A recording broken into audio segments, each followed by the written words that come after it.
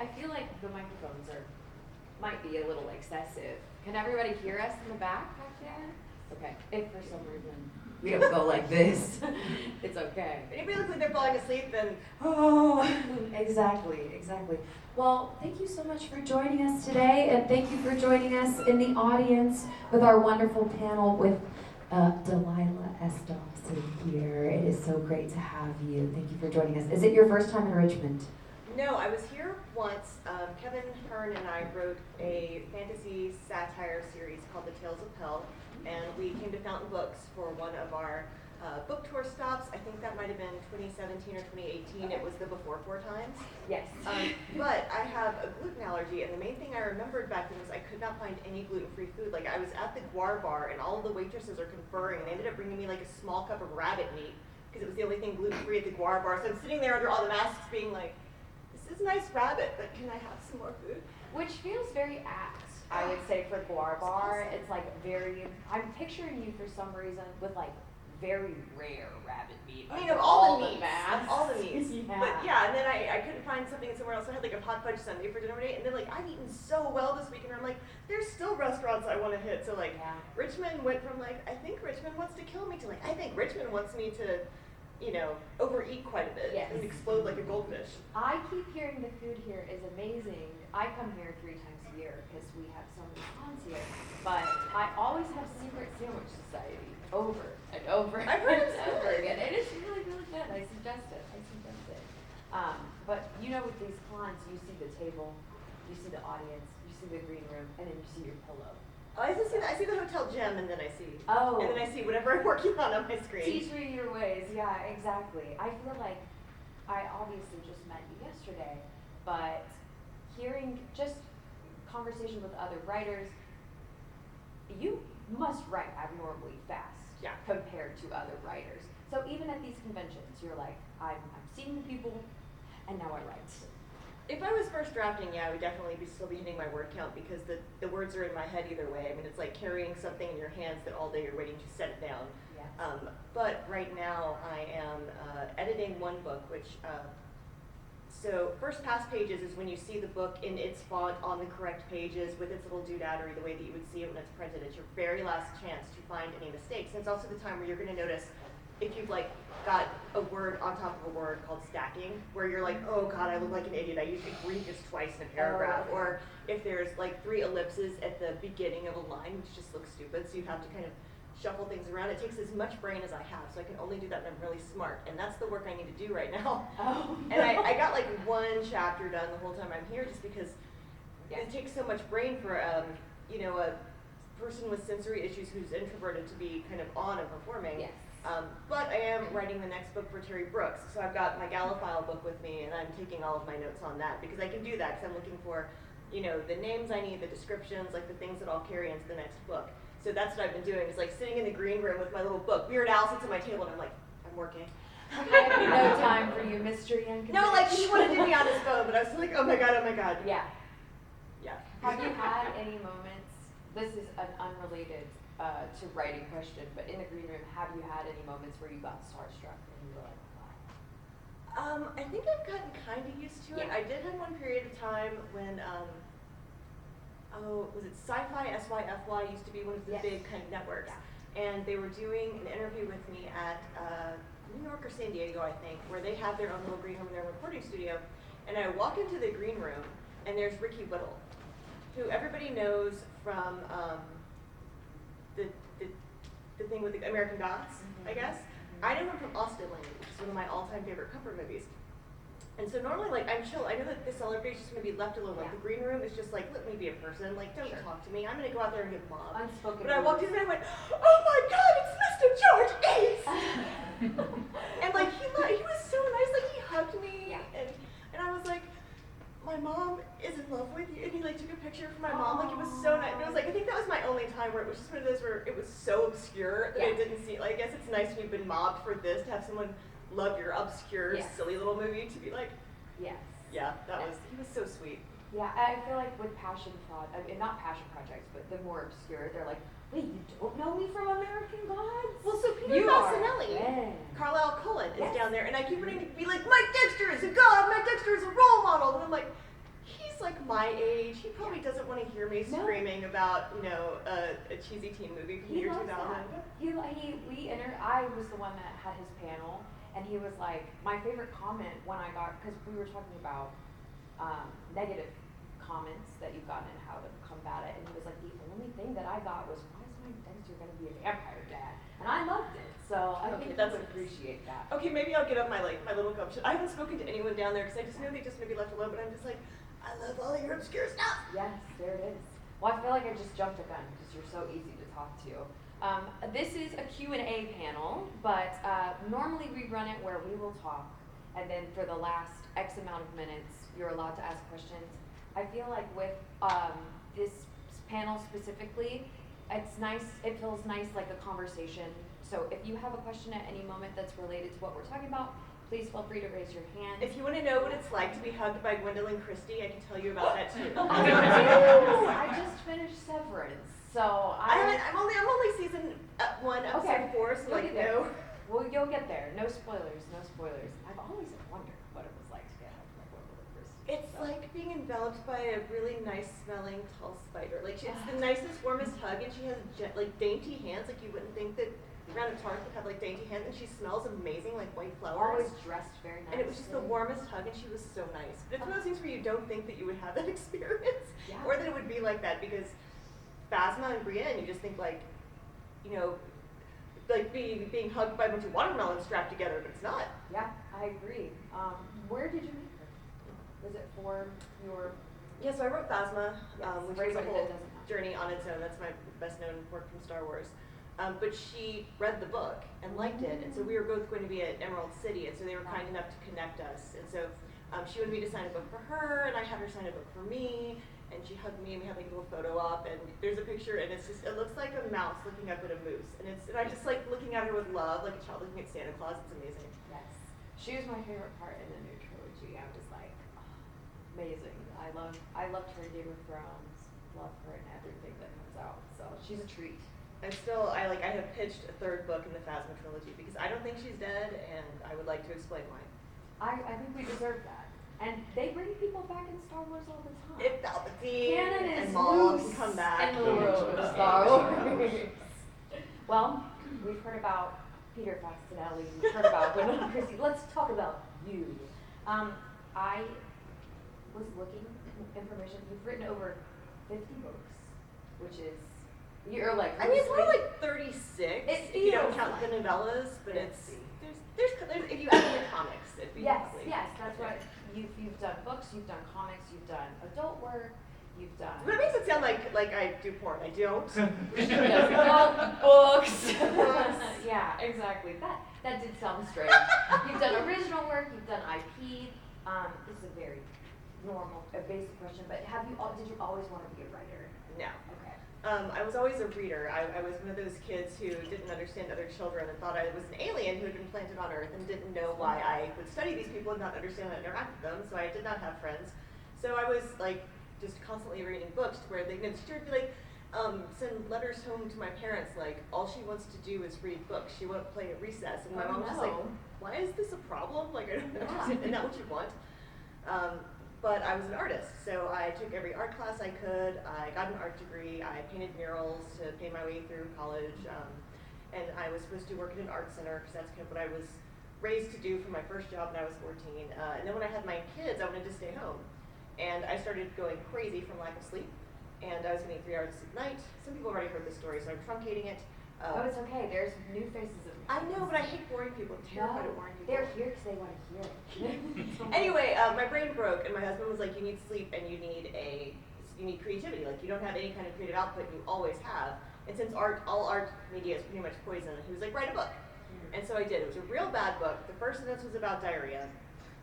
It got 57 rejections before an agent told me that it was fatally flawed, but I had some skills and that I should write something that wasn't fatally flawed and hit her back. And I was like, oh, cool. Like, threw it away, started the new book. So the first book was real bad. The second book was good and got an agent, but it did not sell after a year and a half of being on submission editors. And then the third book sold, which was Wicked as They Come, the first book in my Blood trilogy, and that's steampunk vampire romance. Yes, yes. The one with the nipples we talked I wasn't gonna say that because there's children in the audience. Oh, that's fair. But yeah, I did not think about writing until he like brought that up. And I think if my brain had been completely broken from, you know, having 2 kids in 3 years and having no sleep, and I would have been like, oh, I can't do it because what if it's not perfect, and I don't have a degree, and I don't have an MFA, and I'm not taking a class, I don't have permission.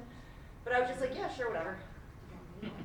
You don't need it, but you like. I think the It former helps. gifted child syndrome says that you do need Yes. either qualifications or permission, basically. Yeah, exactly. And with art school too, it's, you feel like you have to go to art school in order to be an artist, but sometimes you don't have to go that route. Same with writing. You know, I would not recommend anybody get an art degree. I It's agree. a real waste of my time. I told my kids, I was like, just go, like, get accounting and then do whatever you want. But like, my job really only qualified me to be a secretary. Like, nobody is like, ooh, an art degree, you don't say. Like, it just didn't happen. Did you have a question? Yeah, you mentioned facing rejection early on. And how did you get past, like, it's so hurtful to get those agents who are like, oh, no. How did you get past that? I mean, how did you deal with it? Yeah, I'm sorry. Previously to this, I was real bad at taking criticism and rejection. Everyone I meet, I assume, I'm like, they probably hate me. I will go die under a hole. Like, I just naturally assume it. Then my friends are just doing me a favor. Like, it's a problem. But I built a spreadsheet of agents where I would have, you know, the agent, their information, the day I sent the query, which version of the query, like all that information. And when I got a rejection, which most of them were formed rejections at first, so it wasn't like they were like, you, Delilah, Dawson, suck. It was just like, thank you so much, but this is not for me. I would move them down below the line. So when you looked at the spreadsheet, you couldn't see that it was on an iceberg of rejection. You'd just be like, oh, there's 17 more, you know, agents I can do. And so I basically tricked myself into forgetting they existed because I have kind of a goldfish mind. But the cool thing was, so I got my first rejection within 3 minutes, which is pretty rare. I don't know didn't read that. if that still happens. No, they did, and there was a very good reason for it. And granted, this was 2010, so I think agents are having a different process these days. But like I said, this book started with diarrhea. And this agent's #1 red flag auto reject was bathroom scenes on the first page. So basically she or her intern read the first sentence and was like, no.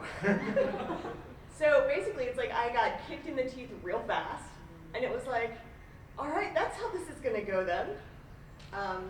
But I think you also, after you start getting them, you start to realize, okay, I can write as many books as I want, and I can query, which is when you send an information letter to the agent asking them to represent your book, as many times as I want. Nobody is keeping track. Nobody's like, she's written 8 books and gotten 432 rejected.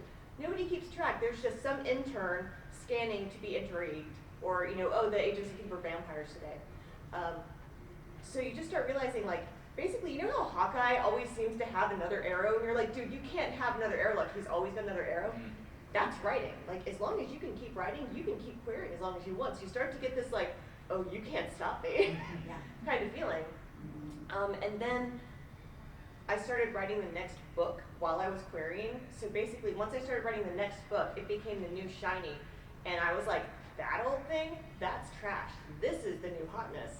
And so it didn't hurt as much because you're always kind of Tarzan vining forward. So it's a bunch of mental tricks by knowing yourself and being like, it's like training a dog, but you're the dog. Where you're like, how can I not let this hurt me? And I also, it helped the first time I got a personalized, you know, agent rejection, where I was like, oh my, like the basic is a form rejection. And then if they see any promise at all or they got started, they'll send you a rejection that says something personal and kind. And then the next step after that is they'll tell you what's actually wrong with the book. And then after that, you get the phone call. So it's like, as you kind of reach these steps, you know you're getting closer and closer, and that kind of drives you to keep going. That makes sense. My next question was, well, you kind of already answered it, but when you were writing that first book, was it more of a therapeutic, I need to take time away from the kids hobby at the time, or was it always your intention to try and get your work published? I mean, I always knew I wanted, it's like once you start writing a book and realizing that you're doing it, especially if you're like a lifelong bibliophile, you're like, that would be the coolest thing that ever happened to me. Like to walk into a bookstore and see my book would be literally the coolest thing I could think of. I didn't even know it was possible as a child. So it definitely became my goal. I'm too scatterbrained for self-publishing. All of the work you have to do for that, I do not want to do any of it. I just want to write. So yeah, it was definitely aiming for it.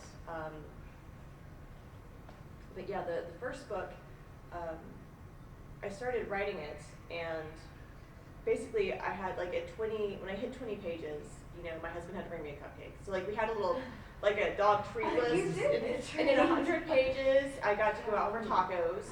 And then when I finished the book, I had like a very nice fancy dinner. And we were a single income household then with 2 kids, so like we did not have the money for one taco dinner a week. So like it was a big deal when we got to have margaritas and tacos. So we had little treats along the way. But if there was one thing that I could go back and help myself with, I would have read the book Story Genius by Lisa Cron. I think that's the book that changed my writing life and really helped me level up. And what did you say? It's a book called Story Genius, and it's by a writer named Lisa Cron, C-R-O-N. But it basically, it's like I think I was doing pretty good as a writer, and then I read this book and understood every time a book had failed, why it had failed, and was better able to kind of leap over that little ravine of maybe this book will suck, maybe this book won't finish, maybe this book is flawed, to I can always nail it. Well, to piggyback off that, it's a good tip for people trying to get published. At the time, did you know any authors? How did you go about trying to get your book published? Did you have any background in the world? Like, how did you go about doing that? I was a little stay-at-home mom with a baby on a bobby typing over a sleeping baby's head. But back then there was this beautiful place called Twitter that existed once. It's kind of like talking about Atlantis now. But I followed authors and agents and editors, and then agents and editors had blogs that would give you tips.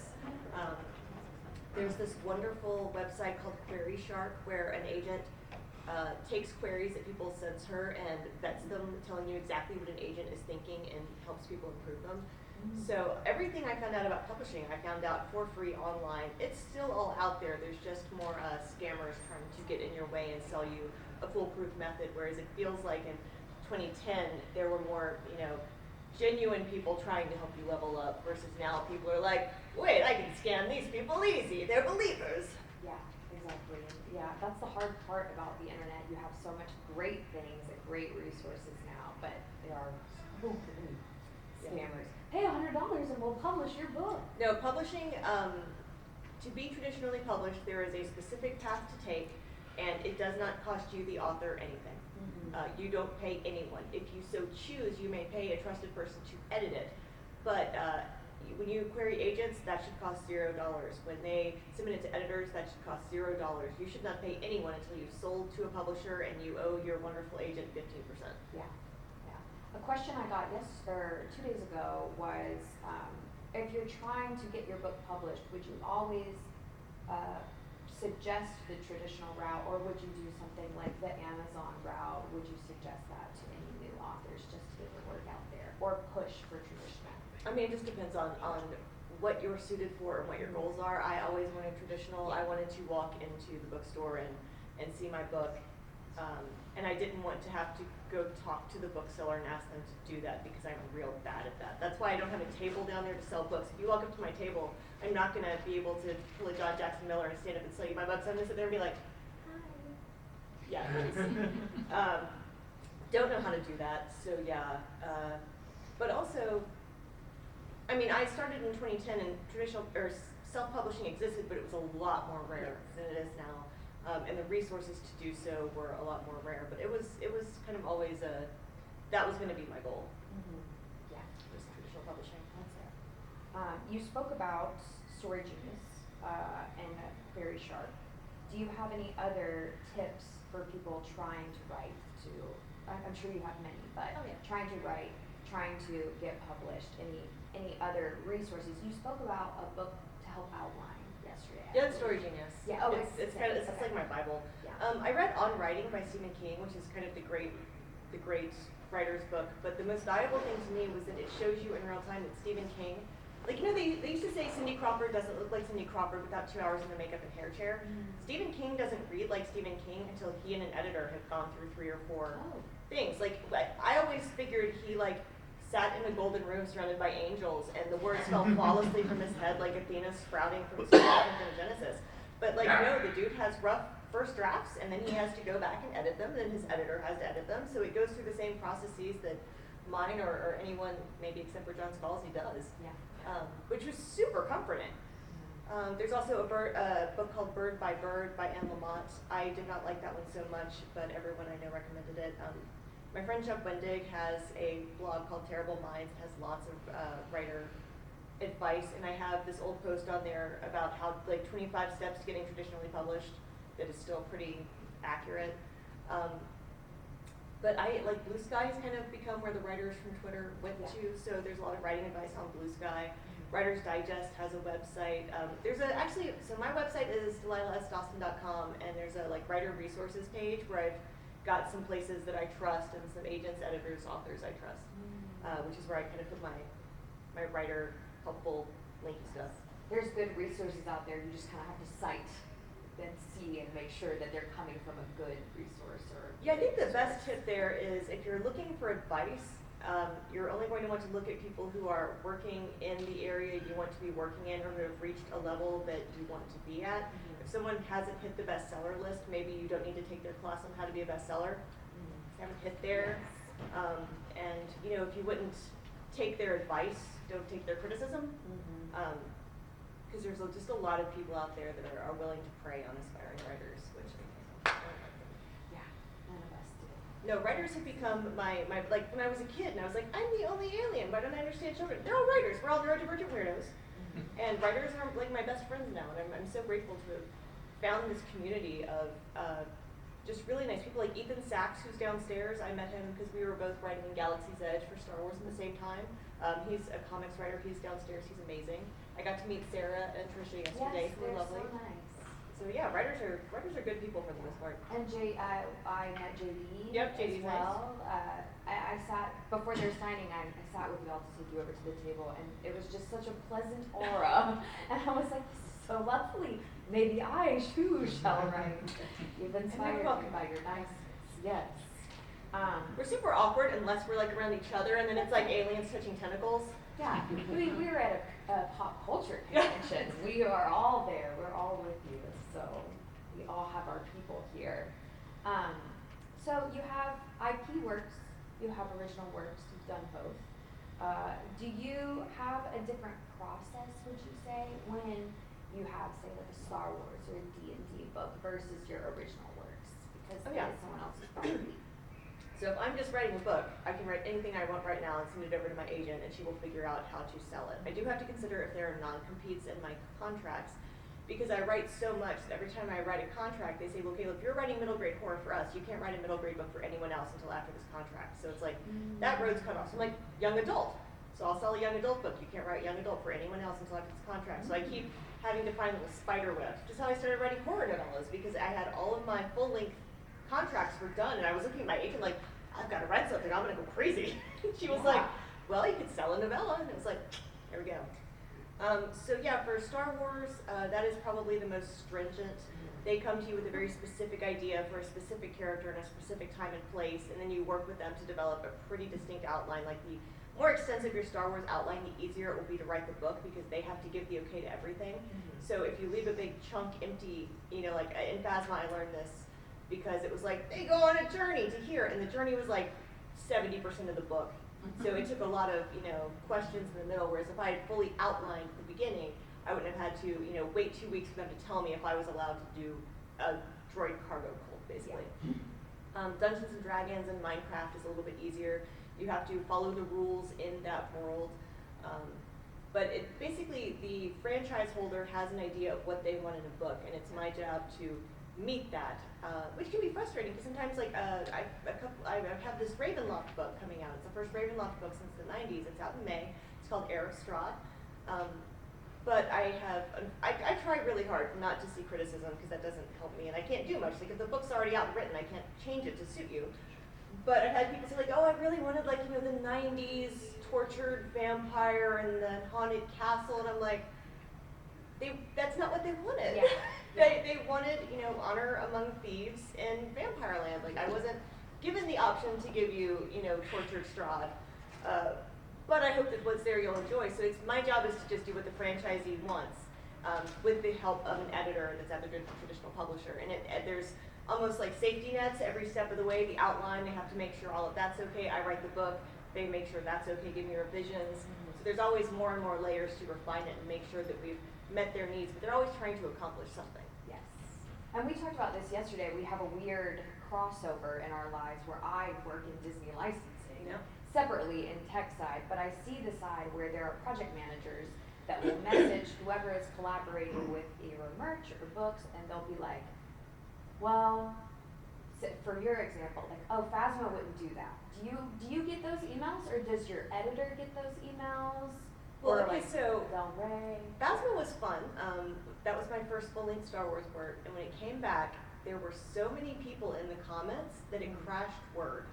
I had to download a newer version of Word because there were 17 people over there where I had just come up with things, where I'd be like, oh, I need a ship. This is a, AST39 from the Quat Drive Yards. And they'd be like, actually, the Quat Drive Yards weren't making that model from this time to this time. Well, it could have been actually, and they're like going off. And so finally, I learned in later books to just be like, insert type of ship, its name is the Josie, like, you know. Yeah. So I'm allowed to give little creative names, but sometimes they have to tell me, or I'll say like, you know, insert vaguely Sith planet, because I don't know which things are, being prepossessed by Dave Filoni or not. Yes. Yeah. Yeah, you definitely in a Star Wars book, you can't use big canon characters without pre-approval. Mm-hmm. So like writing Phasma, they told me like, don't even say Kylo Ren's name. You can't use him. And I wasn't allowed to use lightsabers. There's not a lightsaber in the whole book of Phasma. There is no force in there whatsoever. Interesting. So yeah, we have to follow whatever guidelines they want. In Minecraft, it's a much more open world, but it has to be playable. So like, if you're going to ride a pig, you have to have a saddle and a carrot. You can't just swing up on their bare back holding an apple. Like, it all has to be playable in the world. Yeah. Which was really great because my kids at the time were in middle school, huge into Minecraft, so I would like take a Dramamine and be like, okay, show mommy how redstone works. Was it a bonding moment, would you say? It was, except, it was kind of their first time explaining something really complex to an idiot. Explaining redstone to an adult who isn't, playing Minecraft 24/7, or I'm like, what do you mean make a switch? Yeah. Out of what? Yeah. So it was pretty comical, but they were a great help. But I get super nauseated if I play Minecraft too much, so it would be very tricky to be like, how fast does this spinach roll stop me from being sick before I fall asleep? But it was bonding, it was fun. That's fair. Yeah, the first person is very jarring. Yeah. I've done it in Oculus Rift, and that God. even more will get you. That'll get you worse. Oh my goodness. With the IP books, once you have written one book, do you feel, is it always them approaching you, or have you ever approached them and been like, okay, well. Well, it's like the first time around, my friend Chuck Wendig tweeted, I would like to write a Star Wars book, and within a year he had Aftermath out. So I tweeted, I want to write a Star Wars book, and like no one came knocking at my door. So I was like, I told my agent, like, please send my books to the editors, and I went to a con and asked to be introduced to them, and I'm friends with Chuck and with Kevin Hearne and with James S.A. Corey, and I was like, will you please put in a good word for me if they need someone to write something? So it took some flirting basically before I got the Perfect Weapon was my first Star Wars book. But writing IP is such a heavily niche part of writing. You have to be super fast. For Star Wars, sometimes you'll have 45 days to write like 120,000 words, and they have to be really good and very usable. You don't normally get more than a month and a half or 3 months. They call it a crash schedule, but like they're all crash schedules. So you have to be super easy to work with, be able to come up with ideas and pitches like on a dime. Like basically, if somebody wanted me to write a Disney book today and they called me, I would give them pitches tomorrow. Like three pitches that could be solid books. You might lose a whole outline, have to start over, so you have to be very nimble and agile and not get super attached to stuff. You have to know that you're playing with someone else's toys and that you have to follow their rules and be gracious about it. And then you have to know it really well. I did a book called Disney Mirrorverse Pure Apart that was based on the Mirrorverse phone game. And so I was writing a world in which the Disney characters are basically D&D characters. So like Snow White has a gigantic axe and is killing stuff. But I had to be able to write in the voices of and know the full backstories of Tiana, Rapunzel, Stitch, Hades, Sully, and write them how they would interact together. So if you haven't seen all of those movies 100 times, you can't just walk in and decide how Tiana would interact with Stitch. So it's super, super niche, and they come to people to do what they want very specifically. So it's like you wouldn't come to me for diplomacy in Star Wars, you'd go to Claudia Gray. You wouldn't come to me for like a very serious strategic Warhammer book, you would go to Alexander Freed. We have a question about that? Yeah. While we're on the subject of playing with other people's toys, how difficult is it for you to sort of make your own story within the confines of what they've given you? It sounds incredibly difficult because there's a lot of rules, but I mean, obviously you do it, so. Yeah, it's, it starts with pitching and just trying to find very different ideas. I did Odyssey of the Mind in high school, which I feel like was super helpful for getting that kind of, I don't get super settled on, well, okay, well, Phasma has to be this. I'm like, maybe she's that, maybe she's riding an elephant, maybe she's secretly a Twilight. We don't know what's happening. That's like, in The Perfect Weapon, one of my first pitches was that Bazine Tall, the reason she keeps her head hidden is because she's had a Twilight who was punished by having her head tails removed. And they're like, actually, your brain goes into, and I was like, okay, it was fun. I pitched something where she was one of the Night Sisters of Dathomir and was riding Rancors, and they're like, actually, Filoni took that, but you just have to try all of these different ventures and kind of see what works for them. And then when you find an idea that's headed in the direction you want, you go like, okay, it's almost like improv with a yes and. Okay. I have had some situations where we're not quite hitting the right pitch, where I'll get on the phone with them and be like, right now, tell me what you want, and I will pitch to you talking right now. They're like, you can do that? I'm like, what do you think pitching is? We can brainstorm Yeah, here. so that's how we did Mirrorverse, because I kept just guessing wrong, because they wanted me to write in a world they were working on, but they wouldn't tell me what worlds they were working on. They're very tight-lipped. So I'd be like, Alice in Wonderland, and they're like, no, and I'm like, what? So they're like, we're on the phone, and that's how we went through the pitch of that book, was on the phone. But I've heard people say it's like having golden handcuffs. I've heard people say it's like being locked in a room. I think it's like being locked in a toy store. Yeah. And there's like, you can use all these toys. And yeah, you can't use Kylo Ren, and maybe you can't use Luke, but like there's still a lot of toys. And you can make up your own toys. Like Vimerati, we made up for Phasma, and now she's running around the Disney parks. Yeah, which is so cool. How did that, did they call you? I mean, I feel like Disney sometimes would be like, well, it's ours now. Yeah, you signed it over. I do. When you write for Star Wars, they own everything. I don't own anything. A character I create for them, I have nothing. They could make a Phasma movie shot for shot of my book, and they don't even have to put my name on it. But I was hoping they will put your name on it. For Phasma, they knew they wanted a kind of Scheherazade 1001 Nights of two people talking about Phasma's story compared to a first-person Phasma, because the whole point is that we don't really know who Phasma is behind the mask. So we wanted to create a spy for the Resistance, and we came up with Vimerati because we're always trying to make characters we haven't seen before in the Star Wars world. And towards the end of the book, actually her name was Amaka Marati, and toward the end they said, can we change her name to Vi and use her in the parks? And it was like, you can do whatever you want. Why was the name change necessary? I think that they had decided they were going to do that in the park, and then realized it kind of meshed with the book. Oh, that makes sense. Yeah, which was weird because there was a character called Civ in the book, so we had an S-I-V, a Civ, and a Vi, where I'm like, well, now do we need to change Civ's name too? Like, how far up the chain does this go? And so then we didn't hear anything, and then like a year later at D23, they released some trading cards, and there was one that looked like, she looked like Black Barbie, and she was like, Vi Marati faces up stormtroopers, and we're like, oh my god, they actually did it? That's so cool. And then we found out as they were developing the park that she was going to be there, and so after I'd written the book based on, they gave me like a 200-page PDF with no ability to search and no index. So I just had to like scroll when I was looking for something. It became the book that's like The Art of Galaxy's Edge. That was what they gave me pretty much. And so I got to go to the opening of Galaxy's Edge in Disneyland for one night during the grand opening. And everybody else is like trying to get close to Mark Hamill and Harrison Ford and George Lucas and drinking the free wine. And I'm running around with the notebook being like, the bullet holes are above this door, not that door. The clothing store is closed. And here's the Bobcats. Just taking notes. I must look like Indiana Jones running around there, but then I had like 2 days to edit the whole book to match the park. Oh, that's amazing. It was wild. They even sell little dolls of Vi Marati. I have two V's. That's awesome. My daughters. Very cool.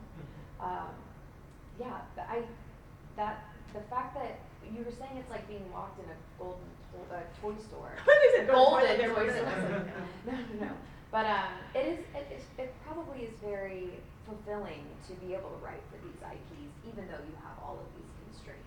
Oh, because- yeah. Always. I mean, I really only write things that I know and love. So, you know, it's like Star Wars, Firefly, X-Files, Adventure Time. I was at a dinner with my Adventure Time editor, and she mentioned that they were putting together a Labyrinth book, and I was like, how much do I have to pay to get in the Labyrinth book? I will pay. And so I got like a little six-page story in Labyrinth, but that was one of like the biggest That's awesome. movies for me in my childhood. Like, it was so exciting to be able to be.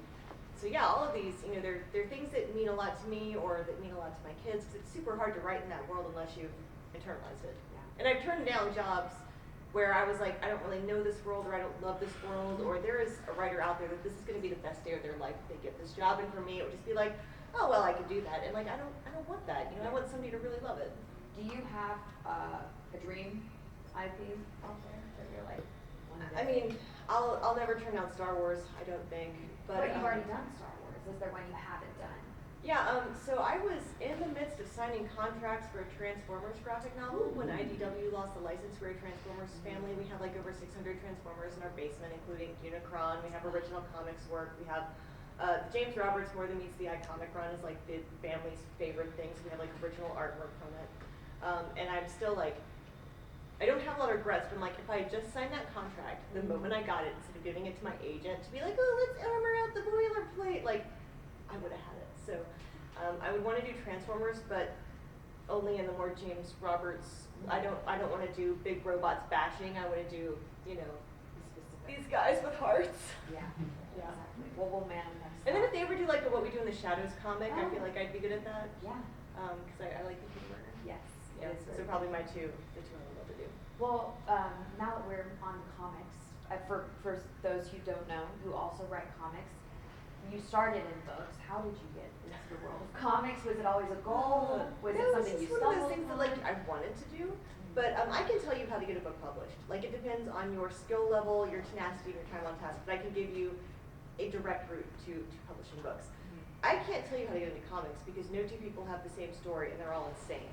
So I wanted to write comics, and I would say on Twitter, when Twitter was a thing, like, I would like to write comics. And so I got to write, you know, some 6-page stories for an anthology for Monkey Brain Press, for which I wasn't paid, but like, at least I had a byline. So I was at Gen Con in 2015, and the person in front of the authors section came up to me and was like, you write comics, right? And I was like, I've written exactly 18 pages for free, but yes. Yes. And he was like, we have a panel called Writing Comics for Women, and I just realized it's nothing but white guys. Will you be on the panel? And I was like, I don't know how useful I'll be, but like, sure. So I get up there, and the moderator who had proposed the panel and chosen the original panelist was so misogynistic, bigoted, and rude that the Mary Sue did a 2-day, 2-piece spread under it. Like, they covered it, and it was vitriolic. So yeah, if you want to read the tea on that, if you Google my name and the Mary Sue in comics, it'll pop up, and you'll have a couple hours of reading. But I said on that panel at one point where I was like, I am an award-winning novelist with a great reputation and easy to work with, and I can't get the smallest job in comics. No one will talk to me, and it's so frustrating because I can't find a way in. And that day, an editor read the Mary Sue article and emailed me and was like, I heard you wanted to get into comics. Would you like to pitch me? And so I pitched him, and that became Ladycastle, which is my first creator-owned comic. And then that led to that was with Boom Comics, and with that editor who was a great champion for me. His name is Chris Rosa. I really liked him a lot. He got me Ladycastle, Sparrowhawk, Adventure Time, Labyrinth, Firefly. Amazing to work with. So That's awesome. So it's kind of like a lightning strikes.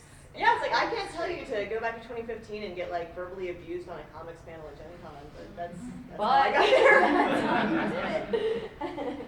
And you know what? All roads lead to one destination. We have a question here? Yeah, so I was just wondering, with your extensive background in writing novels, how different is your process in writing comics compared to writing novels? So different. My first comic, you know, I was like, I can do, like, I really believe myself, like, I can do anything. So I read all these scripts. There, you go to the comics archive and you can read the scripts to famous people's comics and then compare them to the comic and see how they've described things to the artist. It's amazing. And I wrote my first script, and it was like, you know, basic comics 22 pages. My first script was like 60 pages because I was creating the world and the characters, and like my editor was like so kindly. He was like, okay. Let's do, so he sent me like the nicest edit letter that was basically like, baby, you're a hot mess, but let's try again. I received this edit letter while I was staying at a hotel where there happened to be a SantaCon. So I'm at a breakfast restaurant with my husband reading this email, and I just start crying. There's like 60 Santas that are like, what do we do? Ho, ho, ho. Like, is she okay? He's like, are you okay, little girl? And I'm like, no, I'm really bad at writing comics, apparently. So that was my fever dream of finding out I sucked at writing comics. But I rewrote that comic. We eventually got it off the ground, and I learned better that the more reign you give to your artist, the better your comic's going to be, because they know better than you do how. See, I have an art degree, so I'm like, oh, I'm art directing. There, in this panel, here's where the windows are in the building. That's the 8th building in the panel. Like, no, you don't say that. You say Spider-Man swings in front of the building, and you trust that your artist is going to choose the most dynamic, interesting way to do that. So it took some time. It also took having an artist that I really, really trusted, which is what happened on Adventure Time. I was working with Ian McGinty. He has since passed, which is super sad because he was a good guy. But he knew and loved Adventure Time as much as I did, and after the first one, I started to see how well we could gel, and it was like my comics would get shorter and shorter, because I would be like, use as many panels as you need to get Lumpy Space Princess into the hot air balloon. And then whatever he did was better than what I would have described. So working with an artist that you trust is probably the best way to kind of have a mind meld shorthand for finishing a comic. What I do is I get like a piece of notebook paper and write down 22 numbers on it, and I know what's going to happen on the first page and on the last page. And every even numbered page is when you turn the page. If you're going to have a surprise, it needs to be on page 2, not on page 1. So I would plan the beats that had to happen. So I would be like, well, the climax is going to need to be, probably on page 20, because that's when you turn the page there. So I have to lead up to that. So it's almost like when I write a book, I write from page 1 to page 300, straight through, no backtrack, no fill-in, just run Green Beret ops. When I write a comic, it's filling in that little 22-page thing until I figure out what needs to happen on each page. And then if I have a super specific something in mind, I get more detailed and then fill it in, so it's more a thing of filling in. You never want to have like 5 panels, 5 panels, 5 panels, 5 panels. You want to make sure that your panel numbers kind of go up and down, and you're going to have usually at least 1 full page, if not 2 full page spread for a really big climactic moment. But if you really want to, get into writing comics, if you go to the comics archive and you look up the scripts and then you compare them to the actual comic holding in your hand, and they have like Kelly Sue and Matt Fraction and Alan Moore and like people you've heard of. It's so helpful to see how they speak to the artist and how much they do or don't give. And also just know usually if you're starting a creator of your first comic, it's going to be a little bit more wordy just because you are fully establishing a new world. Like the first comic for Sparrowhawk had to be kind of wordy because like I was building a whole fairy world out of Alexander McQueen, and I had to explain that. But once Matthias got it, like he was just off. And so like in the first one I would say like, she is fighting a fairy. The fairy is large, burly, purple, kind of looks like a tattered blanket. And at the end I'd be like, she was a fairy of your own making, it's pink. And like whatever he would create was just baller. Yeah. And I didn't think about, I love having these panels because these are things I never think about. The collaboration between artist and writer, and you've collaborated both in comics and in traditional literary. And how is that process? Is it like we switch off? What different every time? Yes, I wrote the Tales of Pell with Kevin Hearne. If you don't know him, definitely look him up. His Iron Druid Chronicles are a urban fantasy about a modern day druid and the talking wolf hound that lives with him. They're great. And then he has the Seven Kenning series. It's like very kind of Tolkien-esque, classic big world saga. Great writer, great person. But we wrote this book together because one day we were on tour. I think we went to a book signing with Charlene Harris, and we were in a bad barbecue joint in Texas. And he was like, in the Texas airport. We picked the wrong one. It was a bad barbecue in Texas. I don't know how that happened. And he was like, let's do an anthology of like really bad fantasy tropes, making fun of them, but like lovingly, like, like let's do the farm boy is supposed to be the king, but then he dies. Or let's do, why does the fighter have like a chainmail bikini? And I was like, because it's on layaway. And he was like, yeah, so we'll get all of our friends and we'll do an anthology. So we started playing an anthology, and we realized like we're real bad at this. It's so much work, like herding artists and trying to get them all coordinated and then picking whose agent is going to sell it. And he was like, I don't want to do this. This is too much work. And a couple of weeks later, I was like, okay, hear me out. We write the book together. We each write half a book. We get twice the money. Hey. Yeah, and so we started. And on the first book, we would just kind of came up with an outline loosely together, basically over DM, and then we would take turns writing each chapter. So I would write a chapter and send it to him, and he would edit it and be like, oh my god, homie, you're so funny, these are good jokes, I added some stuff too. And then he'd write his chapter, send it back to me, and I would do the same thing. So it was kind of like this zipper that by the time it was done, we had, we'd already edited it once basically.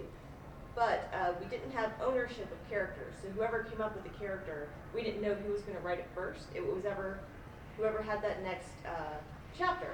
So it was very surprising because you didn't ever know who you were going to get. And of course, every now and then we'd be like, oh, I have a really good idea for this Toby chapter. Do you want to switch with me? But all of that whole series was just trying to make my friend laugh. And it was great. It was one of the best experiences of my life. If you want to co-write with someone, my biggest suggestion is to choose someone on a very similar level as yours. Everyone I know who's ever been like, I'm going to pick a New York Times bestseller and write with them, and the person with more power has been like, yeah, you write the book, I'll put my name on it, whatever. And it's ended up being like this horrible power imbalance where they're both miserable. Whereas if it's just you and your friend having a nice time and you keep your egos out of it, it can just be like doing improv or playing D&D with your best friend. Yeah. When I was younger, I would RP online, and it sounds like a high level of that, where it's like you're just switching off, and it is true, you have more fun doing that with your friends, with equal passions. Yeah. And no ego is a big thing too. Like there was no point where, there was one chapter I wrote where he was like, homie, I'm so sorry, like this is a good chapter, you did such a good job, but I kind of hoped that you would go in this direction. And I was like, buddy, if you want to rewrite the chapter, I'm happy to do whatever you want, and then I'll just switch chapters. And so he rewrote that chapter the way he wanted it. It was better than what I had done, and then I picked up. So yeah, it's ego just never really does you any good in the arts. Great. It's not you versus each other, it's you versus the storyline. Well, no, it's us just building something cool together. Exactly. Well, this flew by. We have about 5 minutes left.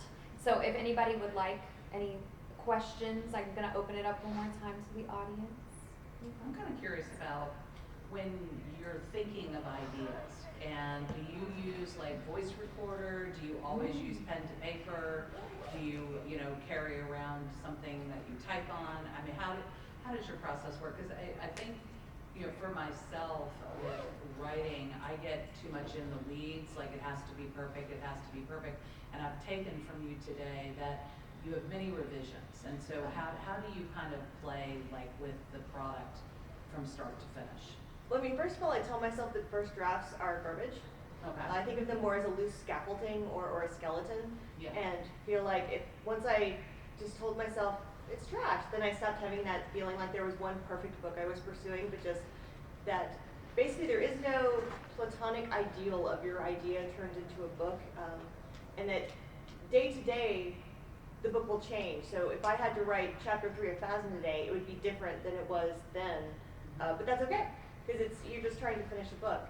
When I'm coming up with ideas, I do have something I type in all the time. So I'll open up notes if I have an idea. There's stuff I've gotten as ideas at this con that are tucked in there, which you can't have them as mine. But yeah, anything that gets the idea down. I've also noticed that like most of the ideas that are real sticky, that I get very excited about, Yeah. I can't forget them. They bother. It's like a cat scratching at the door. Like I may write them down, but they're happening. Like when I first started writing, I would just constantly, I had like a notebook by my bed, and I'd be writing ideas all the time. And what I realized was that the ones that really had legs and were going somewhere, like I couldn't ignore them, how annoying they were.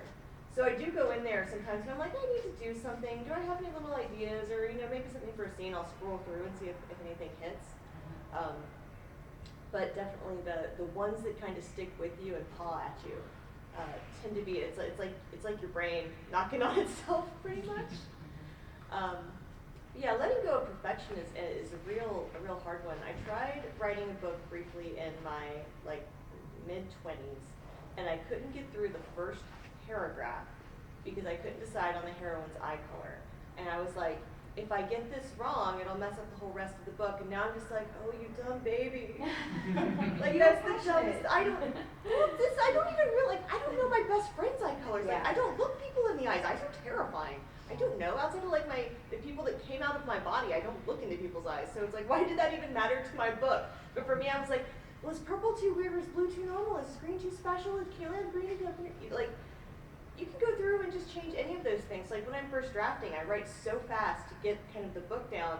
Sometimes I'll change things. So I'll keep like I'm a big index card person. So I'll have an index card of like the changes that I need to make. So like maybe somebody's eye color changes or a name changes or I've decided something like, you know, insert emotional story. But I won't go write that emotional story when I'm on chapter 9. I will make a note of it on the notebook. And when I'm doing that second draft to tie it all together, that's when I'll know better where to put it, that emotional story. So it's layers. Like the first draft is fast, it's garbage, I vomit it out, and then immediately start over. I rename the document, and like the next day or even that day, I start through on the second draft, and I call it making the face match the butt. Because when you start the book, you don't know all of this stuff. And by the end, you know all of this stuff. So you know better what needs to happen at the front to be symmetrical with the end, little red herrings to drop or hints to drop, or, you know, if she's scared of cats in chapter 9 and I have a cat hiss at her in chapter 1, you know, that sort of stuff. And so I'm still holding the whole book in my head during that second draft where I'm smoothing it out, fixing things, making sure everything is internally consistent. Then, if I can, I put it away. I don't look at it for a while, and I try to forget it, which is not hard because I have a little goldfish mind. And then I'll do my edits, or I'll go on a travel, or I'll start my next book, or I'll write a comic, whatever's next on my plate. And then when I go back to that third draft, I'm like, what is this? I've never seen this before in my life. I blacked out. And so when I was first starting it, I would try to treat it as like, what if this was my worst enemy's magnum opus, and my job was to tear it apart? Like, what would I say? And then whatever that is, I try to fix it so that no one could do that to me. You hurt yourself so other people cannot hurt you. Well, it's not me. I seriously, yes. I don't remember most things by the time, after a couple of weeks. Like, this book I'm editing right now, it's my witchy romance that's out this fall. I'm doing the first pass pages, and I was reading it, and I was like, I don't remember any of this. It's fun, because every now and then people will be like, give me your second book on page 83, and I'm like, I had a second book.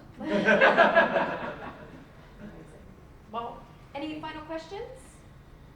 Oh, perfect. Since you have such a diversified portfolio between IPs, novellas, and comics, have you ever considered diversifying or going into other industries like mangas or web novels or stuff like that? If you have the opportunity.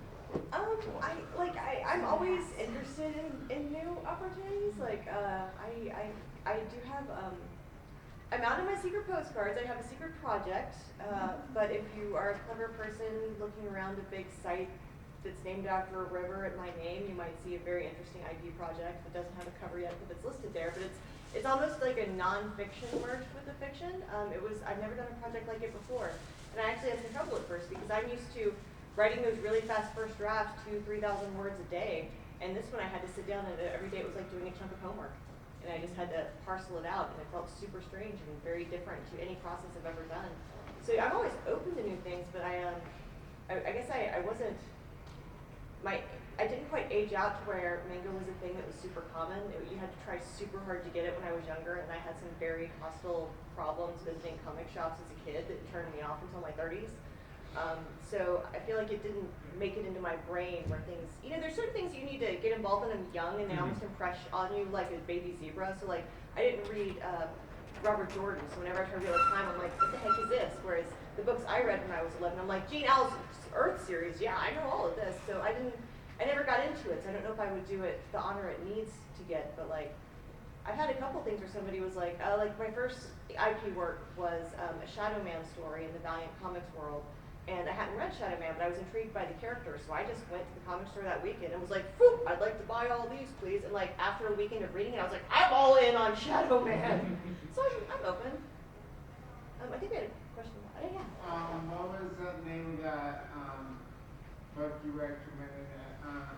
You said for writing advice by Stephen King. The Stephen King book is called On Writing. Is it off writing? On. Is it a horror story or is it like Nope. advice? It's a writing book. book about being a writer and how to write a book. Okay.